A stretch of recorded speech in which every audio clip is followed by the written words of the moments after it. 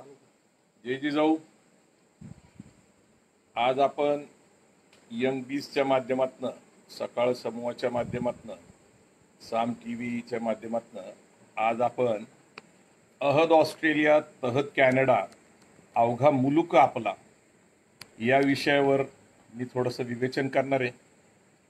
याची मूळ कल्पना अशी आहे की छत्रपती शिवाजी महाराजांनी 6 जून 1674ला रायगडावर ज्यावेळेस आपला राज्याभिषेक केला त्यावेळेस त्यांचा राज्याचा विस्तार दक्षिणेपर्यंत झाला होता, पण उत्तरेत नव्हता.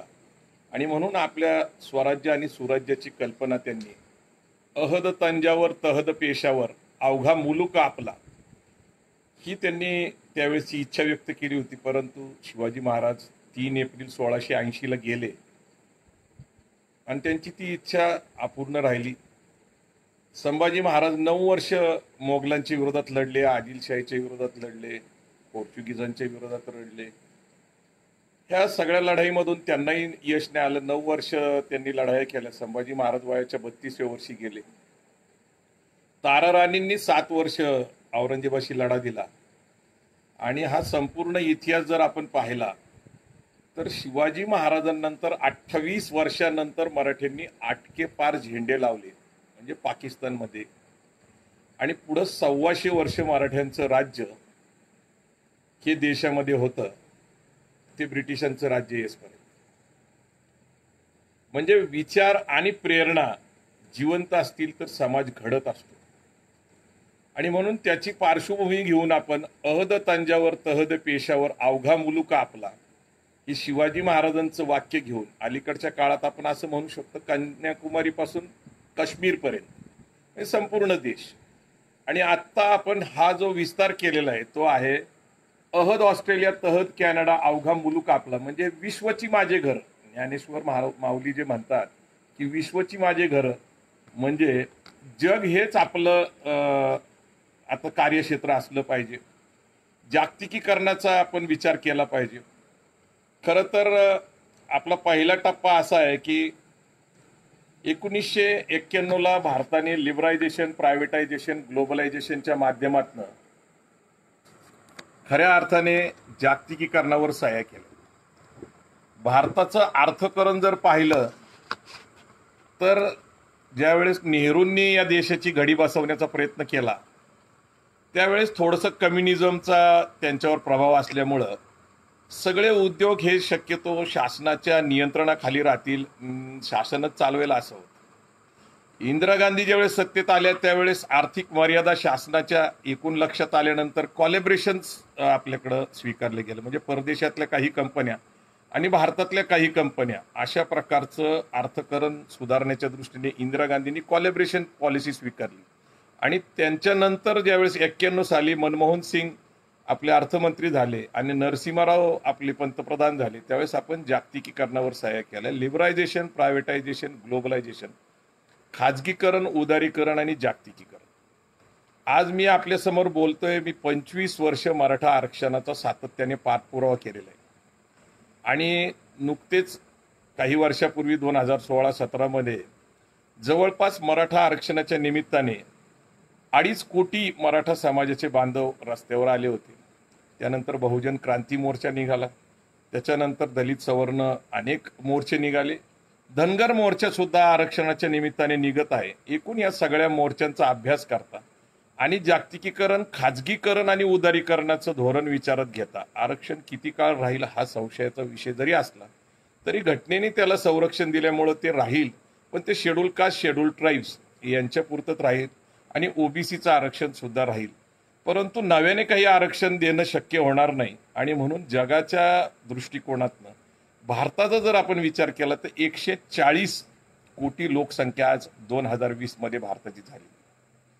आणि अशा काळामध्ये भारतामध्ये नवीन उद्योग यायला तयार नाहीयेत, नवीन उद्योग निर्माण व्हायला तयार नाही.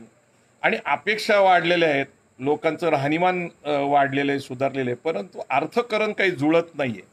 आणि अर्थकारण जुळत नसल्यामुळं मी गेली 7-8 वर्षापासून दुबईला सीइंग इज बिलिव्हिंग या कॉन्सेप्टमध्ये आमचे मित्र लोकेश सावंत जे आहेत ते हे संपूर्ण आयोजन करतात. आणि आतापर्यंत 650 लोकांना आम्ही दुबई दाखवली, दुबईची प्रगती दाखवली. दुबईमध्ये वाळवंटात स्वर्ग निर्माण झालेले. अर्थात अनेक लोक त्याच्याबद्दल युक्तिवाद करतात की तिथं तेलाचा पैसा आला म्हणून प्रगती झाली. निश्चितच तसं असेलही, पण when there is aim there is achievement and there has to be motivation. त्या ज्या दुबईच्या राजाने जी प्रगती केलेली ही नाकारता तर येत नाहीये. भलेही ती कुठल्या मार्गाने केली, कशी केली याच्यापेक्षा ते आज समृद्ध शहर म्हणून आज आपल्याला पुढे आले. आखाती देशामध्ये जर आपण पाहिलं तर भारतीयांची प्रत्येक शहरामध्ये, म्हणजे दुबई असेल, ओमान असेल, अबुधाबी असेल, शारजा असेल, कुवेट असेल, बहारीन असेल, सौदी अरेबिया असेल, इथं जवळपास लोकसंख्येच्या एकूण 50 ते 60% लोक आपल्याला दिसतात. आणि ही सगळी केरळी मलबारी लोक आहेत, जास्त करून केरळमधले आहेत आणि तामिळनाडू आहेत. मला एकदा असं सहज दुबईला असताना एका पेपरमध्ये बातमी वाचण्यात आली की एका वर्षामध्ये गल्फ कंट्रीमधून केरळला 7 लाख कोटी रुपये पाठवण्यात आले. आणि हे 7 लाख कोटी रुपये बँक ट्रान्झॅक्शननी गेलेले आहेत, हवालानी नाही, इलेक्ट्रॉनिक वस्तू किंवा सोन्याचा हा विषय नाहीये. हा संपूर्ण आकडा हा प्रचंड मोठा आहे. आणि मला धक्का बसला की 7 लाख कोटी जर केरळमध्ये जात असतील तर केरळचं अर्थकारण किती मोठं प्रचंड झालं असेल. आणि याच पार्श्वभूमीवर आम्ही नंतर विचार करायला लागलो की आपल्याला आता जागतिक स्तरावर चर्चा घडून आणल्या पाहिजे. आज मी जे सगळं बोलतोय हे प्रेरणा आणि विचार देण्याच्या दृष्टीने बोलतोय. आपल्याला याच्या बाबतीतली अधिक माहिती पाहिजे असेल तर आज इंटरनेटचा जमाना आहे, विकिपीडिया आहे, गुगल आहे, मोटिवेशनल स्पीकर्स आता अनेक आहेत, अनेक यूट्यूबवर व्हिडिओज आहेत, अनेक ट्रेनर्स आहेत.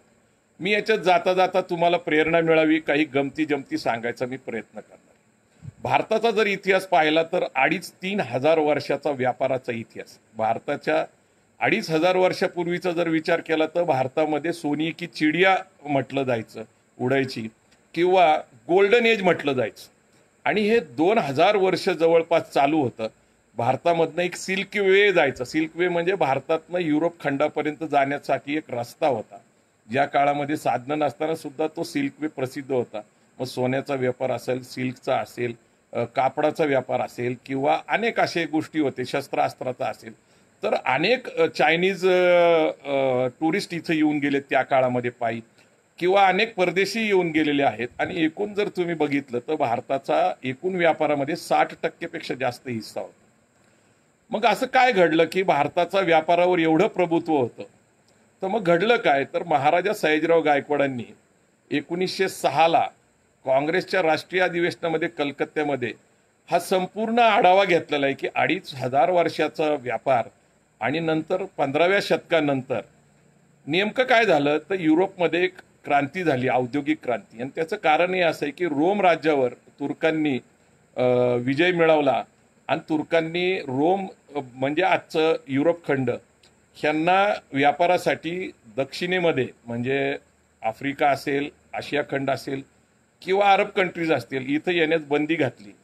परंतु तिथं झालेल्या संपूर्ण व्यापाराची कोंडी फोडण्यासाठी त्यांनी नंतर बोटीचा आधार घेतला आणि ह्या बोटी समुद्रातनं व्यापाराला बाहेर पडल्या.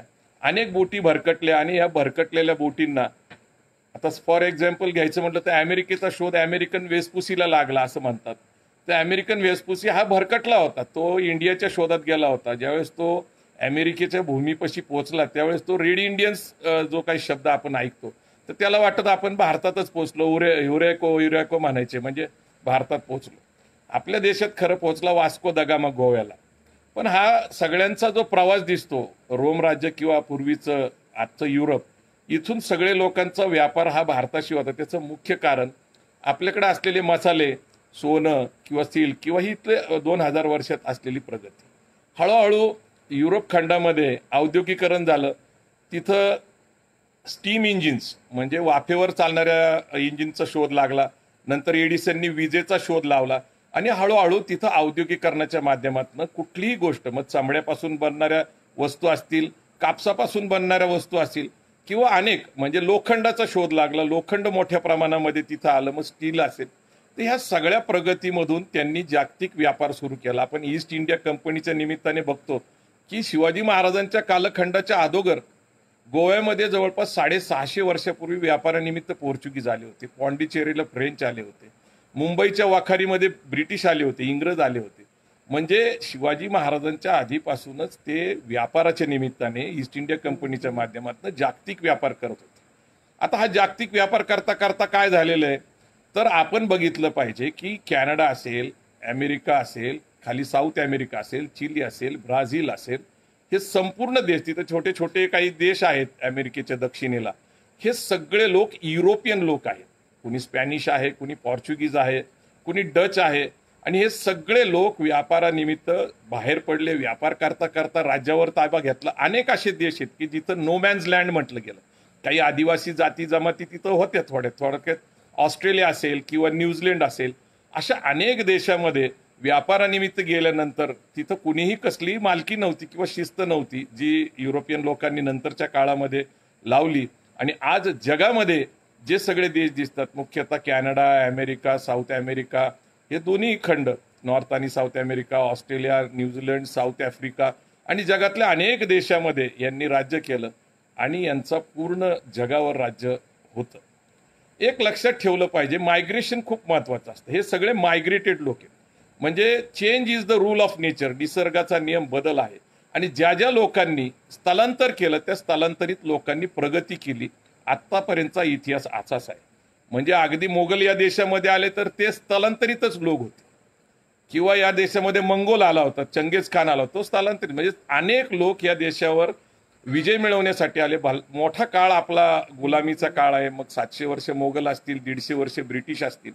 तर याचं कारण या देशाचं समृद्धी आहे.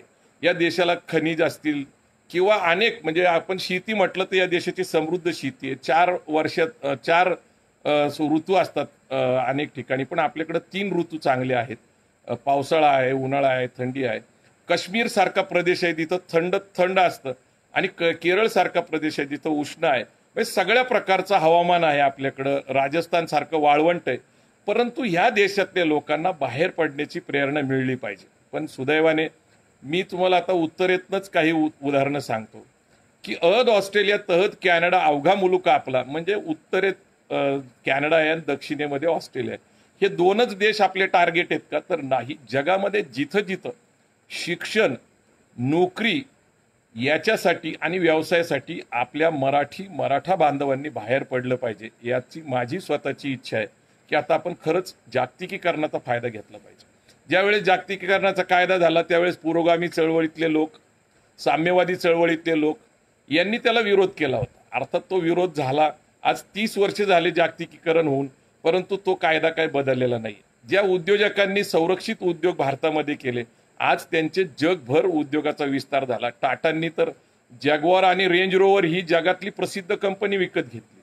भारत फोर्ज कंपनीने जगामध्ये आता जवळपास 2ऱ्या नंबरची फोर्जिंग कंपनी झालेली. अनेक उद्योजकांचे उदाहरणं देता येईल की ज्यांनी पहिल्यांदा विरोध केला आणि त्याची संधी पाहिली. परंतु आज भारतामध्ये लॉकडाऊनच्या काळामध्ये आपल्या सगळ्यांना आशा निर्माण झाल्यात की चायनातले उद्योग बंद होतील आणि आपल्याकडे येतील. हे खरं नाही. कारण चायनाने एवढी मोठी प्रगती करून ठेवलेली आहे 30 वर्षामध्ये. साम्यवादी असलेला चायना आज भांडवलशाहीचा पुरस्कार करत जगातला 28% व्यापार आपल्या ताब्यात ठेवतो आणि अमेरिकेतला 76% व्यापार आपल्या ताब्यात ठेवतो, जो की 90च्या आधी त्यांचा जागतिक व्यापारामध्ये फक्त 3% वाटा होता. आता ह्या 30 वर्षात काय काय घडलंय चायनामध्ये?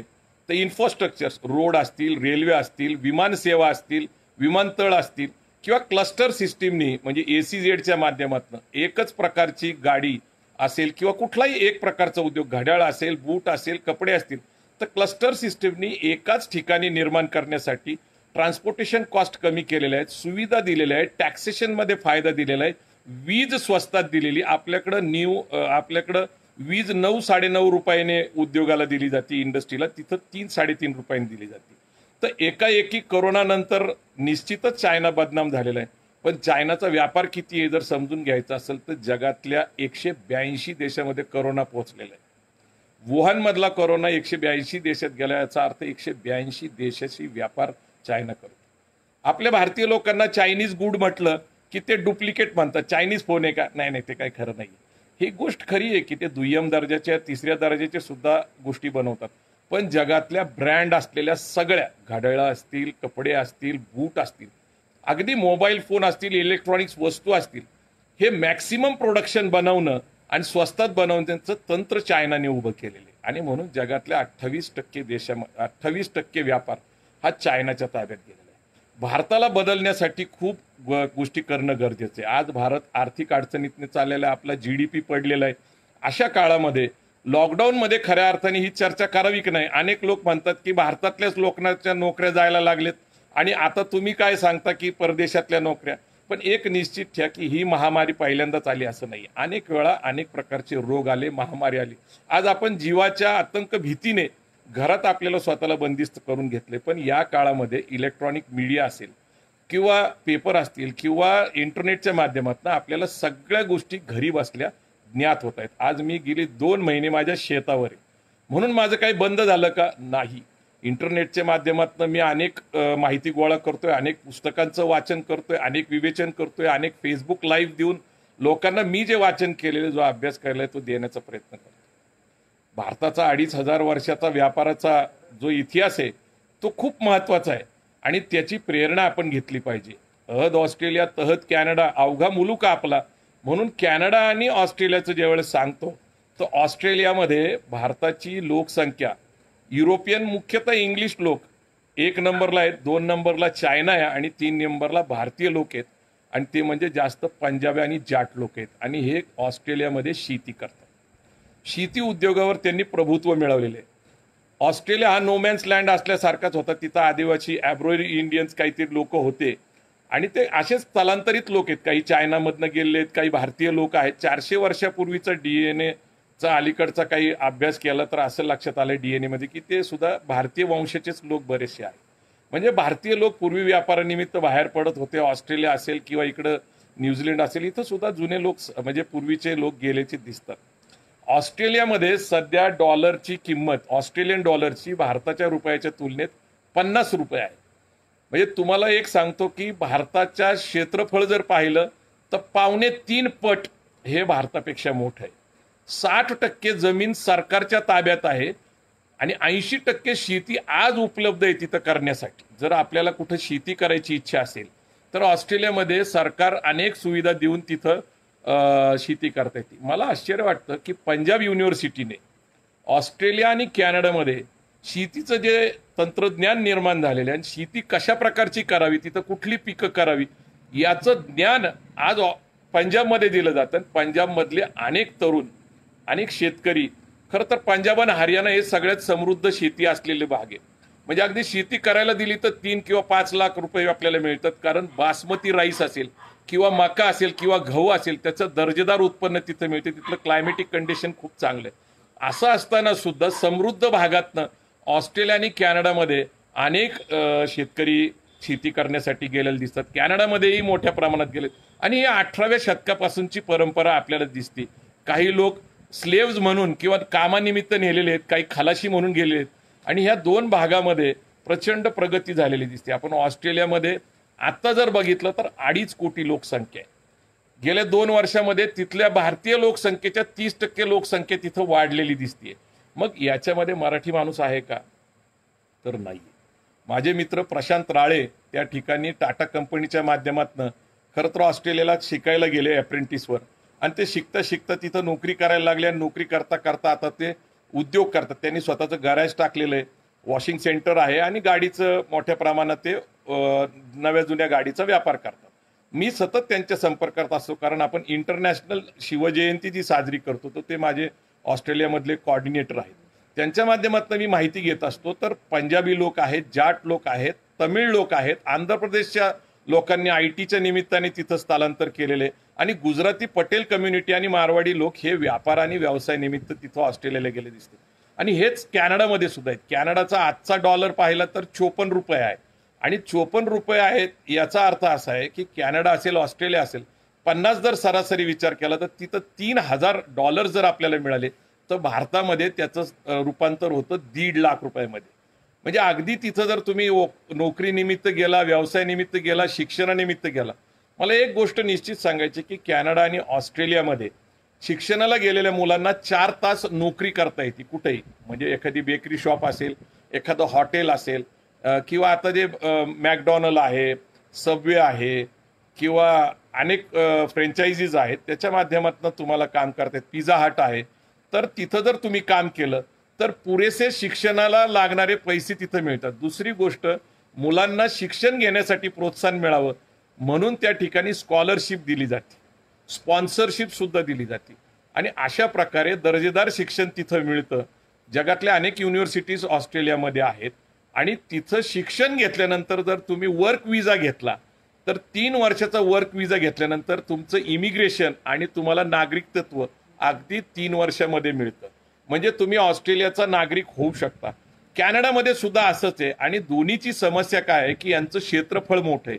कॅनडाचं क्षेत्रफळ भारताच्या 4.25 पट मोठं आहे. अर्थातच तिथं मोठा तुंद्र प्रदेश आहे, तिकडं बर्फाळ प्रदेश आहे, तिकडं आपण जायची गरज नाहीये. परंतु लोकसंख्या किती आहे तर अलीकडच्या काळामध्ये अमेरिकेमध्ये अनेक लोक स्थलांतर झालेत, गल्फ कंट्रीमधनं स्थलांतर झालेले आहेत आणि म्हणून तिथली लोकसंख्या जर पाहिली तर ती 3,75,00,000 आहे. 3,75,00,000 विचार करता आणि क्षेत्रफळ विचार करता तिथं प्रचंड संधी आहे. आणि दुबई असेल, गल्फ कंट्री असतील इथं. आता मी एक साधारणपणे आढावा काय घेतलेला आहे की उत्तरेतनं जर आपण सुरुवात केली तर हरियाणामधले जाट आणि पंजाबी लोक मला ऑस्ट्रेलिया कॅनडामध्ये मोठ्या प्रमाणामध्ये दिसतात. ऑस्ट्रेलिया कॅनडामध्ये हिंदी आणि पंजाबी भाषा साराच बोलली जाते. दुसरं, ते लोक लंडनमध्ये मला दिसतात. जवळपास साऊथ हॉलमध्ये एक मिनी इंडिया सारखा प्रकार आहे आणि तिथं 10 लाखपेक्षा जास्त लोकसंख्या अशी आहे असं मानण्यात येतं. आणि मी मिनी इंडिया आणि मिनी चायना जगामध्ये पाहिलेली आहेत. छोटे छोटे भागामध्ये मिनी इंडिया, अगदी बँकॉकला जरी गेलं तरी तुम्हाला लक्षात येतं की तिथं मिनी इंडिया आहे, मिनी चायना आहे. आणि असं तुम्हाला जगभरामध्ये दिसतं. कारण चायनाची आणि आपली खरं तर समस्या एक आहे ती म्हणजे लोकसंख्या. चायनाची 160 कोटीपेक्षा जास्त आहे, भारताची आज 2020 मध्ये 140 कोटी आहे. असं म्हणतात की आपण चायनाला सुद्धा काही 24-25 मध्ये ओव्हरटेक करू. पण चायनामधून पूर्वी लोक अनेक मार्गाने अमेरिकेत वगैरे जायचे, म्हणजे अगदी ते ट्रान्सपोर्टेशनचा कुठलाही मार्ग वापरायचे, म्हणजे कुठल्याही कारणाने ते तिथं पोहोचायचे आणि विजा नसायचा किंवा काय नसायचे आणि अशा प्रकारे चायनीज लोक पोहोचलेले. म्हणजे साम्यवादी असलेला चायना 90 नंतर भांडवलशाहीचा उपयोग करत आज जगामध्ये व्यापारामध्ये 28% वाटा आपल्या ताब्यात घेतो. भारताकडे खरं तर समृद्धी आहे. मला एक खरं तर लोकांच्या निदर्शनास आणून द्यायचंय की आपण जागतिकीकरणानंतर शरद पवार साहेबांनी एनरॉल प्रकल्प वीज निर्मितीसाठी आणला होता. कारण आपल्या येणाऱ्या काळामध्ये जे उद्योग येतील त्यांना वीज कमी पडू नये आणि म्हणून एनरॉन प्रकल्प आलता. पण आपल्या महाराष्ट्राच्या आणि देशाच्या राजकारणामध्ये एनरॉल प्रकल्प बुडवण्याची संकल्पना मांडली. आज एनरॉन भारतात नाहीये. डाऊ केमिकल झालं, डाऊ केमिकलचं त्या काही कारणाने काय व्हायना डाऊ केमिकल सुद्धा बंद पाडलं गेलं. आता जैतापूर वीज निर्मितीचा जो प्रकल्प आहे अणुऊर्जा, तो सुद्धा सुरू होऊन दिला जात नाही. दुसरीकडं महत्वाची गोष्ट अशी आहे की नवीन उद्योग जर यायला लागले तर त्याच्यामध्ये लोकांच्या शेती जातात. सरकारकडून अशा कुठल्या उपाययोजना केल्या जात नाही. आता मराठवाड्यासारखे अनेक जिल्हे आहेत की जिथं कुठलेच मोठे उद्योग नाही आहेत, परंतु आपल्याकडे ट्रान्सपोर्टेशन फास्ट होणं गरजेचं. आता चांगले रोड व्हायला लागलेले आहेत, रेल्वे ट्रान्सपोर्टेशनची गरज आहे. विमानतळाची अवस्था बघा. नवी मुंबईमध्ये 20 वर्षापूर्वी घोषणा झाली होती विमानतळाची. पुरंदरला जवळपास 10-12 वर्षापेक्षा जास्त काळ झालेला आहे विमानतळाचं, पण विमानतळ सुरू झालंय का? नाही. पण 20 वर्षापूर्वी चायनामध्ये 20 नवीन आंतरराष्ट्रीय विमानतळ सुरू झाले आणि ते कार्यान्वित झाले फक्त 2 वर्षामध्ये. That is the speed. म्हणजे 6 महिने आपल्याकडं कुठलीही गोष्ट नुसती पूर्तता करण्यामध्ये जाते, 6 पेक्षा जास्त जातात तरी पण कुठल्याही परवानगी आणि एकीकडं लोक आता अनेक काळजी करायला लागलेत की नोकऱ्या जायला लागलेत. पण नवीन उद्योगाचं स्वागत आपल्याकडून केलं गेलं नाही. भारतामध्ये ITIच्या माध्यमातून, स्किल डेव्हलपमेंटच्या माध्यमातून, आता मेक इन इंडियाच्या माध्यमातून, स्टार्टअप इंडियाच्या माध्यमातून नवीन नवीन प्रयोग केले जात आहेत. परंतु हे प्रयोग यशस्वी होत नाही. याच्यावर आत्मचिंतन केलं पाहिजे. लॉकडाऊनच्या पिरियडमध्ये सिंहावलोकन केलं पाहिजे. सिंहावलोकन मी याच्यासाठी नेहमी म्हणत असतो की सिंहावलोकनचा अर्थ आहे सिंह हा जंगलचा राज आहे. तो जंगलामध्ये तसा सुरक्षित असतो, तरी 10 पावलं चालल्यानंतर तो पूर्ण फेरफटका आपल्या ह्याने करतो, बघतो आसपास आणि आपण सुरक्षित याची खात्री केल्यानंतरच पुढे 4 पावलं टाकतो. म्हणून आत्मचिंतन आपल्याला करायला पाहिजे. लॉकडाऊनचा जो काळ आहे हा मला असं वाटतं की आपण जागतिकीकरणावर चर्चा केला पाहिजे. आणि म्हणून अहद ऑस्ट्रेलिया तहद कॅनडा अवघा मुलूक आपला, खरं तर ही फक्त प्रेरणादायी वाक्य आहेत. तुकाराम महाराज म्हणतात असाध्य ते साध्य करिता सायास कारण अभ्यास तुका म्हणे. तुम्ही अभ्यास केला पाहिजे, ज्ञान मिळवलं पाहिजे. आणि दुसरं एक बीजा केला नास मग भोगले कनिस. आज मी हे सगळे विचार काही वर्षापासून मांडायला सुरुवात केलेले आहेत आणि हे विचार मांडत असताना माझं असं लक्षात यायला लागलंय की अनेक सामान्य गरीब कुटुंबातले मुलं आज परदेशात ऑस्ट्रेलियाला गेलेत, कॅनडाला गेलेत, लंडनला गेलेत, अमेरिकेला गेलेत आणि ही मुलं आज तिथं जाऊन नोकरी करतायत, उद्योग करतायत, व्यवसाय करतात. आज जर हा विचार पेरला तर पुढच्या 20-25 वर्षामध्ये जगाच्या कानाकोपऱ्यामध्ये मराठा आणि मराठी माणूस दिसेल. मराठा क्रांती मोर्चानंतर मला ही जाणीव झालेली आहे की वाढलेली लोकसंख्या आणि उपलब्ध असलेल्या संधीचा विचार करता आपण जागतिक स्पर्धेमध्ये आपल्या लोकांना प्रेरणा दिली पाहिजे. याचा अर्थ असा नाही की या देशावर माझं प्रेम नाही. माझं या देशावर प्रेम आहे, या देशाचा मी नागरिक आहे, याचा मला अभिमान वाटतो. परंतु सध्या जगामध्ये एक संकल्पना आलेली बाउंड्रीलेस कंट्री आणि पीस. याचा अर्थ असा आहे की आता बाउंड्रीज ओपन केल्या जातील. मी तुम्हाला सांगतो माझ्याकडे अमेरिकन व्हिसा आहे. मी जगातले 61 देश फिरल्यानंतर मी हे सगळं सांगतोय. मी अमेरिकन व्हिसा घेऊन 164 देशामध्ये नवीन कुठलाही व्हिसा न काढता जाऊ शकतो. हे अमेरिकेने जागतिक महासत्ता म्हणून सिद्ध केल्यानंतर झालंय. भारताचं जर जागतिक महासत्ता होण्याचं स्वप्न आपल्याला पूर्ण करायचं असेल तर हे जे NRIs आहेत हे जगामध्ये जाऊन व्यापार उद्योग करतात आणि भारतात पैसे पाठवतात आणि त्याच्यामुळं भारताची इकॉनॉमी बूस्ट होती. मी फक्त एक शेवटचं उदाहरण सांगतो. माझे एक मित्र आहेत अमित रोमारे, यांनी कोपरगाव तालुक्यामध्ये एक प्रयोग केला. त्या कोपरगाव तालुक्याचा ऊस हे मूळ उत्पादन आहे आणि तिथून कोल्हे आणि काळ्यांचे 2 साखर कारखाने आहेत. त्या 2 साखर कारखान्यातनं जितकं व्यापार आणि अर्थकरण त्या कोपरगावचं चालतं. तर अमित रोमारेंनी जवळपास 350 मुलं गेल्या 10-15 वर्षामध्ये परदेशात नोकरीसाठी पाठवलेत आणि ते 350 लोक जेवढे पैसे पाठवतात त्या कोपरगाव तालुक्यामध्ये त्याचं अर्थकरण हे कोल्हे आणि काळेंच्या साखर कारखान्यापेक्षा जास्त आहे. आपल्याला जर समृद्धी आणायची असेल तर प्रत्येक गावातले मुलं आपल्याला परदेशात वेगवेगळ्या व्यवसायानिमित्त, IT ही मर्यादा नाहीये, आपण अनेक उद्योग व्यवसाय करू. मारवाडी गुजराती लोक जर सुपर मार्केट किंवा मेडिकल्स टाकून जगभर गेले असतील तर मला असं वाटतं की मराठी माणसांनी बाहेर पडलं पाहिजे. मग शेती असेल, उद्योग असेल, व्यापार असेल, नोकरी असेल, मराठी माणसांनी आता जागतिक विचार केला पाहिजे. जगच आपल्याला आता संधी देईल. या लॉकडाऊन नंतर 1-1.5 वर्ष थोडंसं स्लोडाऊन होईल, परंतु आज आपण प्लॅनिंग केलं तर 1-1.5 वर्षानंतर तुमची मुलं परदेशात शिकायला असतील, परदेशात नोकरीला असतील, परदेशात व्यापाराला असतील. आणि हे एवढं मी सांगून थांबतो कारण जागतिकीकरणाच्या काळामध्ये ही प्रेरणा देणं मला गरजेचं वाटतं, हा विचार देणं मला गरजेचं वाटतं. जय जिजाऊ, जय शिवराय.